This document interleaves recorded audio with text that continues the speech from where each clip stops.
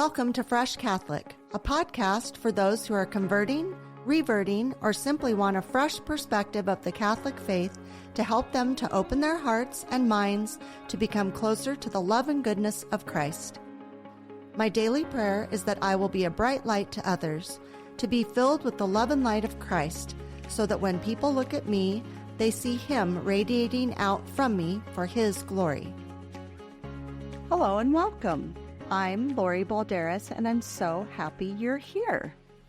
So today I have a special guest, but before he comes on, I'm going to do some Fresh Catholic news. Well, Fresh Catholic Daily is still doing great. Thank you so much for listening and letting your friends know.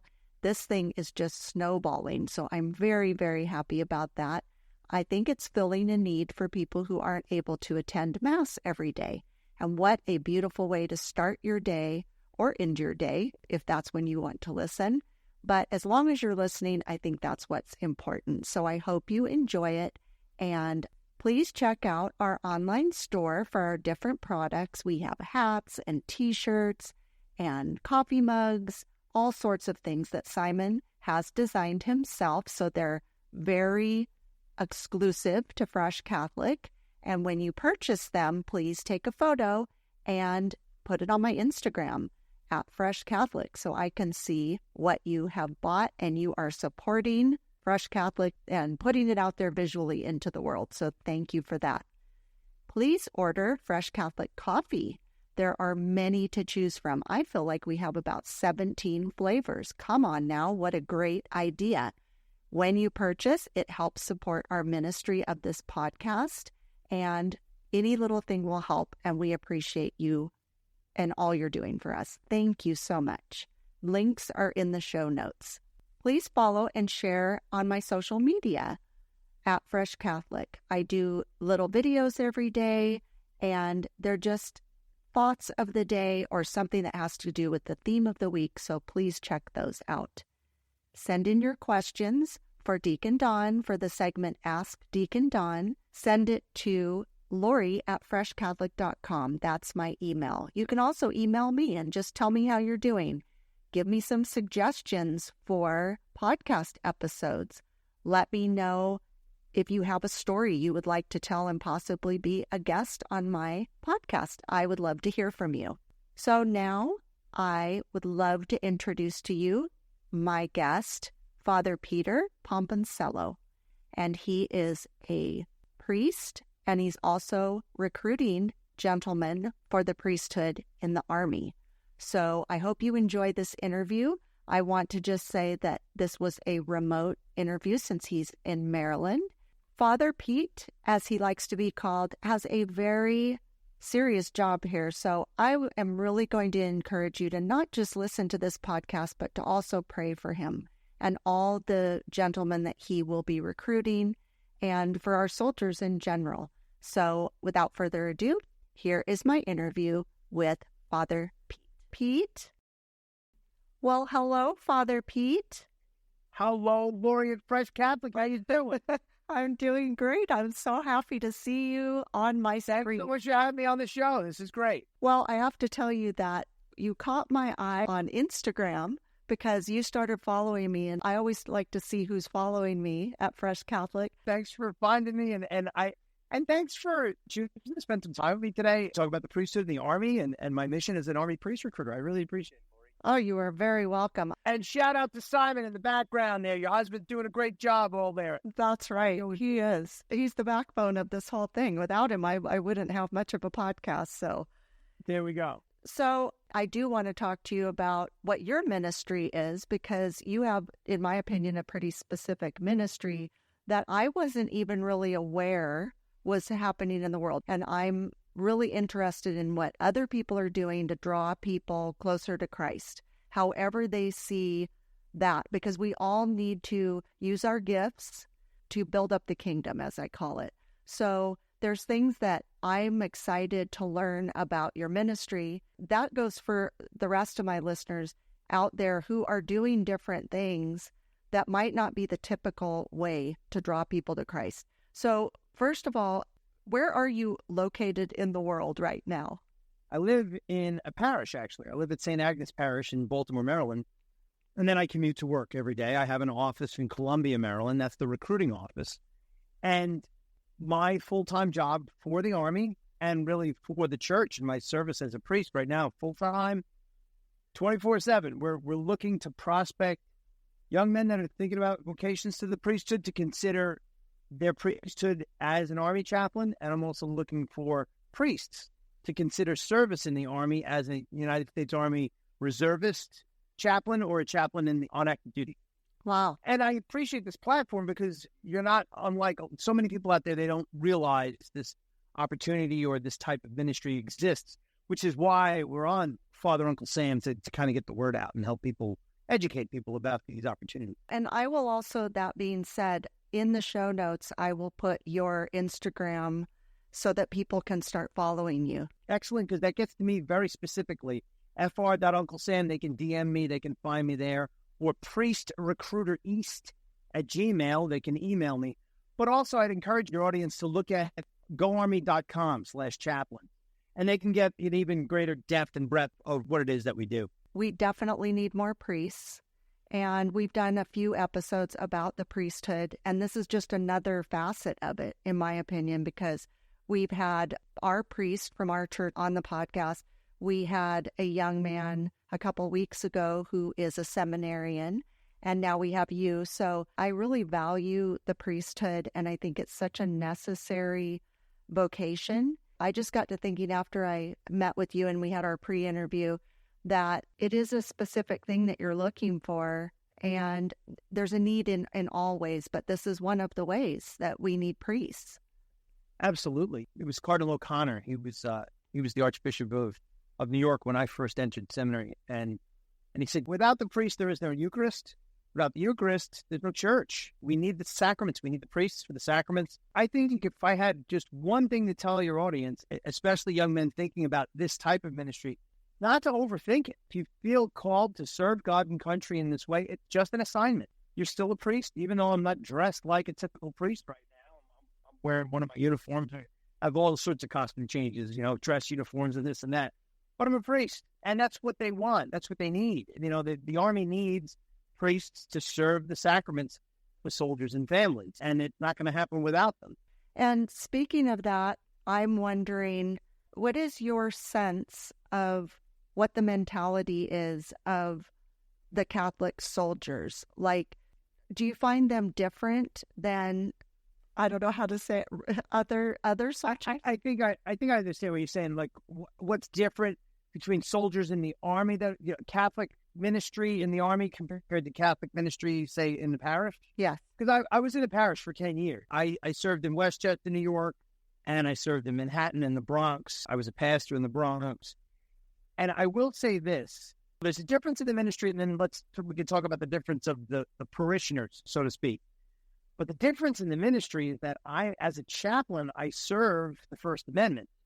I serve the fact that Congress doesn't make a law respecting an establishment of religion or prohibiting the free exercise of religion. So I exist for the religion of the soldiers that I serve. Their religion, not my religion that I'm serving, their religion. If our religions coincide, that's great. I get to be a full-on priest and give them the sacraments and prepare them for baptisms and weddings and offer the Eucharist and lead at Mass and all of that. However, I also have soldiers that aren't Catholic. And I'm obligated as a chaplain, I'm obligated to get them to the religious support that they're looking for. So if I have a Jewish soldier, I'm going to advise him where he can go to get to a rabbi or get to services that he's looking for. The difference with the soldiers is that they're so transient. It's such a chore. One of the great sacrifices of soldiers and families in the Army and in all of the services is that they're so transient. We have an assignment from 2 or 3 years, maybe 4 or 5 years, and then you have to move. And think of, I look for your audience. If your audience just thought for a second, could you imagine being obligated to change your parish every 3 to 5 years? Whether you like it or not, you're having a great time. It's like, nope, got to go here. to go to another community and absorb a whole nother culture, and in very different circumstances. It's not even out of the realm for a soldier to be in a place, say, in the southern United States, and then he gets mobilized. He has to serve in a combat zone in the Middle East, then he comes home, and then he has to go to Germany and move his family to Germany. And all the while trying to keep his faith and keep a sense of routine, him and his family. It's difficult. Yeah, boy, I can understand that. What are some of the challenges that you think Catholic soldiers are facing in our current temperature and climate of our world? I think it's important for them to be confident in their faith, to be confident in the Constitution, in the First Amendment, that they are allowed, that they are permitted the right to religion, to the right to freedom of religion. Culturally, that can seem threatened sometimes because we go against Catholics. We are countercultural. We don't subscribe to all of the whims of society, in terms of materialism, sexuality, all those kinds of things. We think differently. That's what makes the church holy. That's what makes the church different. That word different in Hebrew, kadosh, it's the word for holy.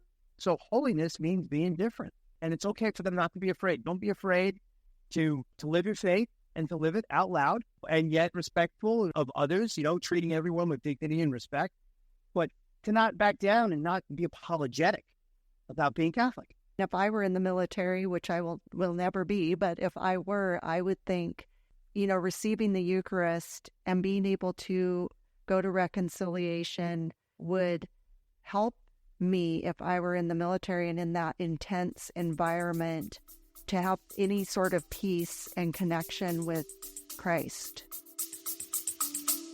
We'll be right back. Rising anti-Semitism. New generations redefining how they connect with Jewish traditions. Changing dynamics among Jews around the globe.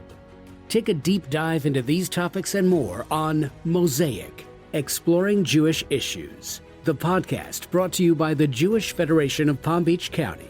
Hear from the thought leaders, politicians, scholars, and artists at the forefront of Jewish life today. Subscribe to Mosaic, Exploring Jewish Issues, wherever you listen to podcasts.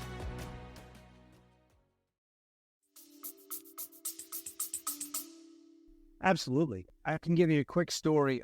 I was deployed in the Middle East, and Catholic soldier got word that I was in the area, and he put himself in harm's way to travel a good distance just to get to Mass, because he knew if he didn't make that effort, he wasn't likely to see another priest for many months. And it takes an effort. It takes that kind of sacrifice. What a beautiful testimony to his faith and to this faith, the soldiers that are seeking and finding the sacraments where they can, where they're made available, and that's only because men make the sacrifice to become priests in the Army. That's the exact reason you need more priests. I think about that just in general. We were saying, if they're not priests, we don't get to have Mass. And absolutely. And this is going to sound so dramatic, but we had one time, I remember, where we didn't have a priest. I can't even remember what happened. And I just remember looking and going, wait a minute, we don't get to have Mass today? And I go every day, and I think of it as like water and air. And, right. It's as important to me. And I just remember thinking, wait, we're not going to be able to have Mass? I was like, I don't get to receive the Eucharist. That's why I'm saying it's such a needed thing right now in everywhere.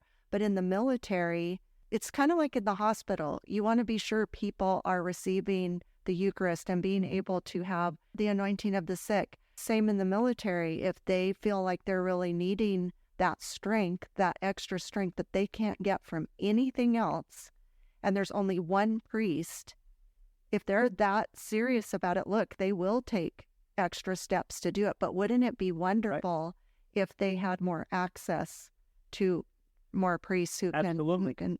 The Archdiocese for the Military Services takes this mission so seriously in working to assure the needs are met in the armed services. The Archdiocese for the Military Services only endorses priests to be chaplains because we don't want to give the federal government and even an inkling or an idea that we can satisfy Catholic chaplaincy with anything less than a priest. Because if we were to allow a layperson or a religious brother or sister to be a Catholic chaplain and receive the endorsement of as a Catholic chaplain through the Archdiocese for the military services, the Army would say, "Oh, you got a Catholic chaplain over there; they'll take care of it." But if they're not a priest, they can't.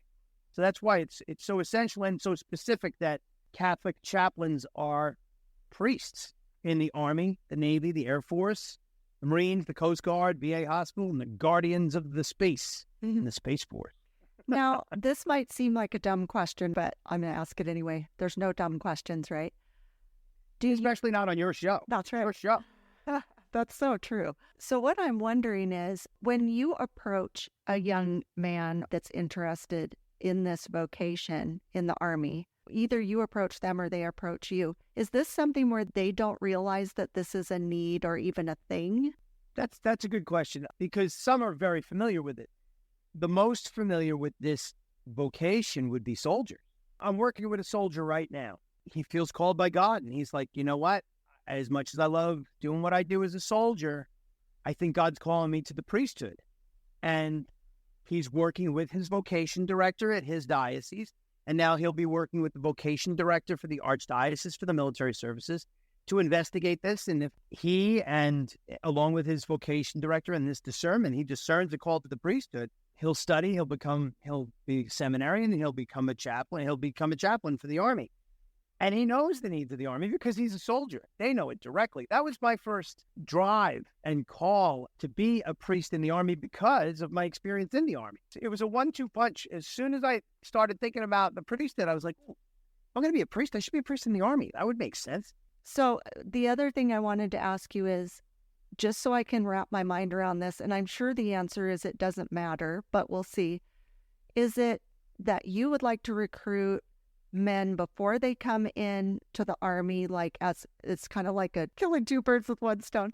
Or is it once they're in the Army that then they realize, oh, I would think it doesn't really matter as long as they're interested and called? Right. I mean, the most important thing is that these men become holy priests, be holy priests, and they're faithful to die as holy priests. Their priesthood is most important.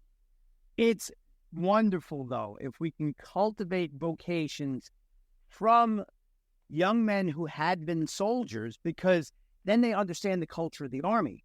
And then they're a very good fit. They're an immediate fit to understanding the needs of the Army, the culture of soldiers, and all that goes with it. Because it's a very specific culture. It's not like any other type of work. Many people call it a vocation within a vocation. And the analogy I could give you, it's somewhat of a weak analogy, but parishes have their own character, their own culture, and you go from one parish to another. And, the neighborhood's different. Their way of doing things is different. It's that to an extreme in serving in the Army, because the Army has its own language, its own set of different phrases. And how do we negotiate? If I say, hey, like I'm PCSing next month, soldiers know exactly what I'm talking about. And like, your PCS next month, like, well, where are you going? But like little acronyms like that, you'd have to learn them, and they need to become a part of your vocabulary so that you can identify and really communicate well with soldiers. And for the cocktail party trivia there for your audience, PCS is a permanent change of station. So that's a big deal. Like, that's not something you just say, oh, I'm PCSing next month. Like, whereas if I'm going TDY next month, that's no big deal. TDY, temporary duty. Oh, you're going away for a couple of days, couple of weeks, you'll be back. PCS, where are you going? What? You got reassigned? You're going away on orders? So those are just two small examples of what it takes culturally to be a part of the tribe. Yeah, to be a part of this team that wears this uniform with our language and our culture. I'm just curious, what's your background and how did you discern to be a priest? How did you get in the Army? Very reluctantly. So I was a college student. I started as a college student. I was a cadet with an ROTC scholarship. I was training in the Reserve Officer Training Corps, ROTC, at Brooklyn Polytech, which is now NYU Polytechnic University in Brooklyn. And all the while thinking that I'm going to finish my 4-year degree, I'm going to graduate college, and I will go on active duty. And I was looking to be an infantry officer. And the first Gulf War flared up, and ended very quickly to the point where the Army was downsizing by the time I was graduating. And I graduated and I commissioned as a second lieutenant, but it was like, thanks, we'll call you. Don't call us, we'll call you.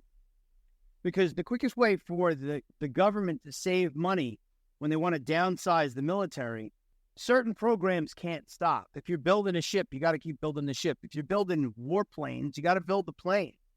But the quickest and most immediate way to save on the budget in the military is with personnel. So they weren't taking on any new officers for active duty. So I was depressed for about 10 minutes. And I was like, well, all right, I guess I'm not going in the Army, so I'll get a job. And I was a publisher for a little bit. I was an editor for a textbook company for a little while. And then I taught public school for New York Board of Ed. And I taught public school for 5 years. It was a lot of fun, actually. I enjoyed that job. 5 years in junior high school. I had a principal who once said, if you can teach junior high school, you can do anything in life. So true. I believe that too. And so it was there that God touched my heart and reached out and called. And I'm like, what? Me? Who? No, I don't want to do that. But it got to the point where I just couldn't ignore it. And I left my job.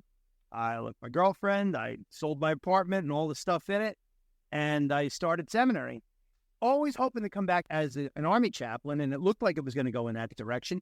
But it took a detour after my Cardinal O'Connor, who I mentioned earlier. When he passed away, I got another bishop who ultimately would ordain me, Cardinal Egan. And he wanted to be in the diocese. He's like, I'm not sending you to the military. I need you here. And I just shrugged my shoulders and said, oh, okay. And I served for 10 years. Getting older and wondering, wow, is this still going to happen? Maybe this isn't going to happen. And it wasn't until I was 40, I was about 45 years old, when he retired. I got my current Archbishop, God bless Cardinal Dolan. He gives me permission to do this work, and I've been doing it for 10 years now, and I'm so grateful for it. I love it. I do find that really interesting when you just kind of go with what God wants you to do. You know, you have to be open to that. And like, we have our ideas, we have our goals, we have our plans and wishes. And then I have this analogy I've said before where if you picture yourself in an inner tube, okay? Picture the inner tube and your feet are down like this and you're going down the river, you're just going to bump into everything. But if you stick your bottom in and put your arms and legs out and just float down, you're going to go where you need to go. And I often think that about how God just puts us on our path if we're willing to surrender ourselves completely to him because he knows best. And it might be something where you, like you said, where you go, well, I wonder what's going to happen. You know, right. There is so much providence in it because you can't force it. I was ordained and I promised obedience to my bishop and his successors. And Cardinal Dolan could very well have said, you know, no, I need you here, and this wouldn't have happened. But he said yes, and we're here, and I'm here for today. Anything could happen. I could be called home tomorrow, you know, and that's, if that's where God's taking me, I have to hold on to this, but I have to hold on to it kind of loosely and just treat it as an assignment, and it's a gift. But I love it. I kind of done most of all the things that I wanted to do in the Army. I just want to do more of it.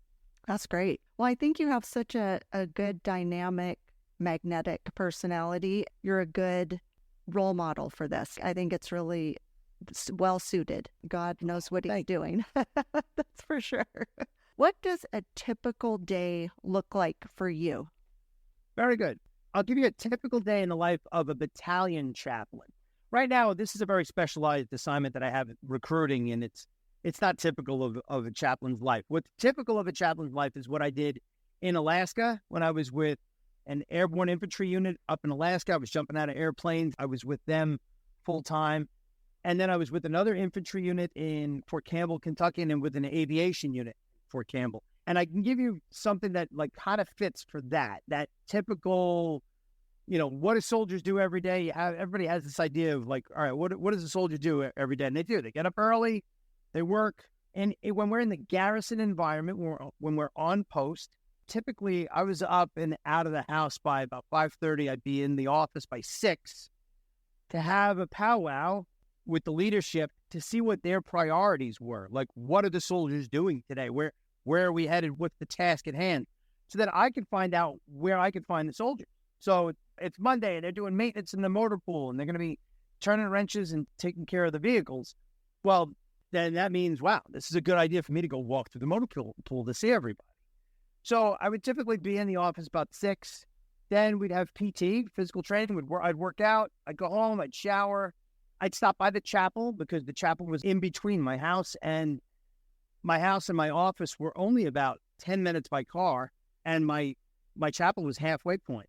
So it was very convenient. I could stop and make a visit to the Blessed Sacrament, say some prayers, come back to the office by about 9:30 in the morning, and I'd stay in the office for a few hours, or I'd walk around what we call the battalion footprint, where the soldiers work and live. I would walk around there and see who I have to see, follow up on appointments that people may have made with me or reached out to me. But then things would change. I tried to keep every day a very strict schedule to leave at 11:30 so that I could say Mass at the post chapel. And we'd have Mass during their lunch hour, basically, is when most of the troops would be free for lunch. And if they wanted to go to Mass, that's where they could go. And then I'd go back for meetings and keep other appointments until the evening. And then typically the soldiers would be dismissed sometime around 4 or 5 p.m.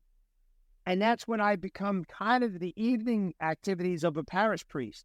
That's when I would go back to the chapel to meet with the men's group, the women's group, the Knights of Columbus, the religious education folks, because I do have the responsibilities of a parish priest kind of on the weekend. So that would be a typical day on post and garrison. Very different, though, when we go for training out in the woods, to go train for 1, 2, 3 weeks, and we're running around the woods doing all those kind of war game rehearsal kind of stuff that you might have in your head. That's when life gets very simple because there's no phone. I'm not emailing people every day. Like, my ministry's right in front of me. It's 50 yards from me. It's all the people that are in front of me. And I'm also looking to circulate around in that training environment, just as I would if I were deployed in combat, to circulate around the combat theater to make sure that I can offer the sacraments and be available as best I could. Beautiful. So I guess what I'm hearing you say is you're very bored and you have nothing to do and it's very quiet and it's a snooze fest. And totally. I sleep till noon. Yeah, it's like eat a lot of donuts. It's great. I love that you're busy. You're kind of like me. I'm kind of doing a million things at once, but I'm not a priest. But no, I value all that you just said. And priests have a really big job. That's a thing. I was saying that in the seminarian episode we had, where priests are going all over the place doing all sorts of things. Their job is very important and valuable. It's super valuable. I was wondering, since you've been in the Army as a priest and also doing this recruiting, have you had the experience of the soldiers either wanting to become Catholic or wanting to return to the Catholic Church if they had turned away because they're in this situation where it's very serious, I would say scary at times, and not that everybody's life is unpredictable, but it just makes me wonder if they seek you out. And that would be, I think, I'm always happy when somebody wants to come back to the church, but do you find that? Some of the greatest opportunities for ministry are in the tedium of the work, because the work can be just long and boring. I mean, there's no other way to put it.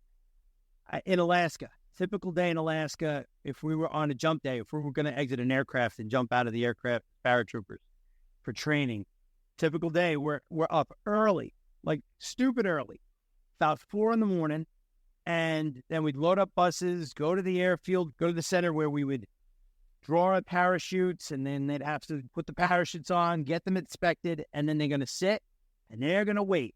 It's that typical hurry up and wait kind of thing, because now they're going to wait for the aircraft to be ready, and then to wait to load the aircraft.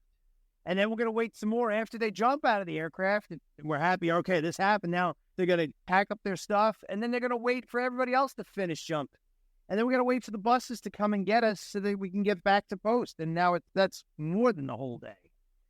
But all of that waiting, that time of waiting, those are some of the most ripe opportunities to talk, to just simply, because I'm sitting there with them, that's when it's like, hey, chaplain, I got a question. Because there's no phone, there's no internet, nothing else is going on, and those are great conversations.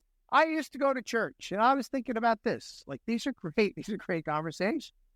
Some of the best things are when I'd be out there and they'd just start talking about, hey, I'm getting married, or hey, my wife's pregnant, we're having a baby, and I know I'm thinking about having the baby baptized. I haven't been going to church. These are great conversation starters. I agree with that. My experience is when people know that I'm Catholic, like I wear these medals on my neck, and they're such a conversation starter. And I wear a crucifix every day and these medals. And so it's very clear that I'm Catholic, and it's a conversation starter. And I think anytime we can use any of those things, because I do think people see us like a priest and they'll think, oh, he has time. He's sitting here. I can ask him, because I think a lot of people don't want to, bother priests. They're busy. But then there's moments where I think anytime somebody's given an opportunity to ask questions, I think if we can have an answer, people are curious. And I think you do have to seize those moments. So absolutely. And it's simply just because you're with them. I mean, because you're deployed with them. Nobody's going home tonight. Everybody's thousands of miles away from home. And here we are having meals with each other every day. And then when it comes down to it, some of the most important things to talk about are the faith. Small talk will get you somewhere for a while. But after a while, so much for small talk. Let's talk of things of substance. And I find many of the best conversations that I have, they're often philosophical conversations that argue the existence of God, that address the doubts of a lot of soldiers. Say, well, I used to go to church, but I don't believe in God anymore. I'm like, okay, let's talk about that. Without me, I'm not throwing Bibles at them. I'm just asking them, all right, so present to me what it is that, why you don't believe in God. And they're fruitful conversations, especially if people are open to having a conversation. Right. I also believe, maybe you've had this experience also, I think when there's a priest around in certain situations, it immediately brings peace to people. I've just been told this, let's say your family member is sick or dying and you see a priest in the hospital. I know that they go and approach the priest and say, oh, can you please come? It's that immediate, even if they're not Catholic, or even if they're not maybe even a believer on the outside, they have that peace. I would think you being in that airplane would bring some peace. I like to think that, and I have experienced that. I've also experienced the opposite, though. People get very uncomfortable. I'll give you a quick story. I took a group of the youth group. I took them out to feed the homeless. It was this program that was very organized, in which we were given a spot in New York City, like this street corner. At this time, the homeless are used to volunteer groups coming to provide whatever food you want to bring for breakfast. And if you have hats and gloves and socks, they'll gladly take them. And they know they have what's called a street sheet. So the homeless have the street sheet, and they know it's okay, Sunday morning, 8 o'clock, there's going to be somebody's going to be over here with maybe some food and some socks and hats. So I'm going to take my street sheet. I'm going to go over there. So the groups are always changing. It's not just us. There's many different churches and, Boy Scout groups, all sorts of different people serving. But I was there in my collar, and I'm there with my youth group, and they're saying hello, and we're chatting up all the people that are coming for the socks and the gloves, and at least, just to have some conversation. The homeless are often just so marginalized and forgotten. Nobody even wants to look at them, never mind smile at them and have a nice conversation. So short conversations, I'm saying hello to everybody, and they're talking to the members of the group with their parents. It's all wonderful. But I see down the end of the line, I see a guy on the line, and he's looking at me. He's giving me the eye, and he's looking, and he's very suspect. He's just looking. So he comes close enough to me. I'm like, hey, good morning. And he said, don't stay anything. I said, all I'm saying is good morning. He took his finger and he put it right on the throat, right on my collar. And he said, you said enough already. Wow. What a witness, right? What a witness. He knows what I stood for. He didn't want to hear it. But it's still, I was still able to communicate whatever it was that God had to speak to him that day. It's powerful. It's not always just a sense of peace. Jesus flipped some tables. Yes, he did. And just showing up. I mean, I kind of flipped the table in that guy's world just to be at the end of the line to give him socks and a hat. That's one of my favorite stories in the Bible, is when somebody who's possessed will say, why are you here? In other words, like, what do you want with us? What do you want from us? Exactly. What do you have to do with us? Oh my goodness. So can you please put into perspective for my listeners what the need is for priests in the military? I'll give you very concrete numbers for the Army. I'm one of less than 90 priests on active duty. We need about 400 priests on active duty to really meet mission and to really meet the sacramental needs of the Catholics that are in the Army, that are nearly 25% of the population of the Army. I'm one of less than 90, and we need 400. Wow. It's desperate. And it's desperate. I get it. It's desperate in many dioceses. Many dioceses, they need their priests. They don't have them to offer to military service, which is why I think it's so important for us to look at this as this is something that needs a long-term solution. It's not just about asking priests to come out of the parish and to serve in the Army, but we need more young men to consider this as a vocation so that hopefully we can foster a vocation of love and service for God and country through service in the priesthood. So these guys that you are interacting with, they're tough guys. They're not necessarily softies. So how do you break the barriers to get through to them? That's insightful. I'll say this. It's not overcome with words. It comes about by, even when they seem to be pushing back, maybe they're going to be a little rough and crude humor, crude jokes, and they'll apologize. And you just kind of stay there. But to do the work of soldiering with them, to be there with them, and they become convinced pretty quickly. I know I bring everything back to paratrooping in the airborne community because it's the community that I came from and I love it. But it's such an easy community to win over soldiers and to get their buy-in, because it doesn't take long for them to realize, hey, this chaplain really doesn't have to be out here in the rain with us, but he hangs out with us anyway, and it's raining. Like, he doesn't have to be here. He doesn't have to be on this jump. He doesn't have to do this, but he's with us. Like, he's always around. And that's what wins them over. I think when they realize you're not just sitting in your office and you're not just doing the minimum, you're there to embrace hardship with them, whether it means standing around out in the cold or even just the tedious waiting around and you're waiting with them and you're not excusing yourself from the boring stuff. That wins over a lot of soldiers. That wins over a lot of people. Because it's genuine, when people realize that. What does a soldier look like for you? Like, I know you're jumping out of airplanes and you're doing all these things, but do you carry a rifle, for example? Well, I don't carry weapons, so that's a good distinction for your audience. As a chaplain, I don't carry a weapon, and that is not a universal thing. Other armies have chaplains, and they may carry a weapon for personal protection. But the United States Army I think it's a valuable policy that chaplains themselves do not bear arms. And I love that. I actually love it. And I'm speaking as a former infantry officer.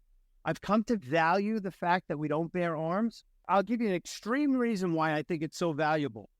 That if I go to war without a weapon, and I'm with my other soldiers that have weapons, and let's say we wind up in a firefight, and and I'm taking cover and I'm doing whatever I can to encourage them, pass some ammunition, start, looking behind us to make sure that, like whatever's going on to get us through this firefight, if it should become that dramatic.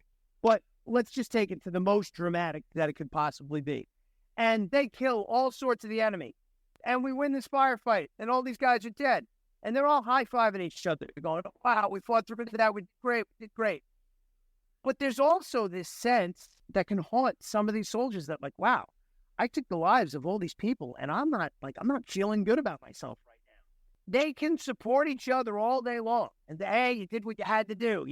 Don't feel bad. It's the enemy. This is why, war is terrible and you did what you had to do. They can hear that all day long from each other. But to hear it from me, to hear it from a chaplain, to hear it from someone who did not pull a trigger or fire a single shot, to look them in the face and say, you did what you had to do. And there was nothing wrong with it. It's horrible. It's awful. And we hope that it never has to come to that ever again. But you were right in doing what you did in service and defense of your country and each other. And that carries a lot of weight for healing in for soldiers that have had the burden of taking life. Before I let you go, was there anything else that you wanted to talk about or promote or let us know about anything? Yes, please promote our novena. We're going to have a countdown from ashes to glory. It's a novena to get us ready for Lent. We want to get ready for Lent before it comes. So we're going to count down from the 5th to the 13th of February each night, 9 p.m. Eastern Standard Time. And we'll get together on Instagram Live and we'll pray a novena. And I'm going to have some guests and we're going to talk about a plan for Lent. We all have a plan for Lent so that we can go to Easter glory together. And I'd ask your audience to pray for vocations to the priesthood and to chaplaincy in the military, particularly Army chaplaincy. And if they want to reach out to me, you can easily find me on Instagram, fr.UncleSam, or my email, priestrecruitereth@gmail.com. And you can find out more about Chaplain Corps through goarmy.com/chaplain. But thank you so much for your prayers. I really value your prayers because it's through prayer and through the discernment of young men listening to the call. That's what's going to solve the crisis, and that's what's going to fill the needs for these young men to be priests and to be soldiers and to be all they can be. Wonderful. Well, I really appreciate you coming today and having this interview with me. This was so great. I was very excited to do this, and I hope that you have great success with this. I think you will, and we will put the information in the show notes so people can look at it, and if they don't remember, then it will be in the show notes for everybody. So I thank you so much. I really appreciate you coming today, and good luck with all of this. So I'll be talking to you soon, and I hope my listeners enjoyed this today. Thanks so much, Lori. Thank you. Love you. Bye. Thank you for joining me today. Now go out and be a bright light in someone's life. And remember, be focused, be faithful, and be fresh. Fresh Catholic is produced, edited, and recorded at Wonder Mouse Studios in Ventura, California.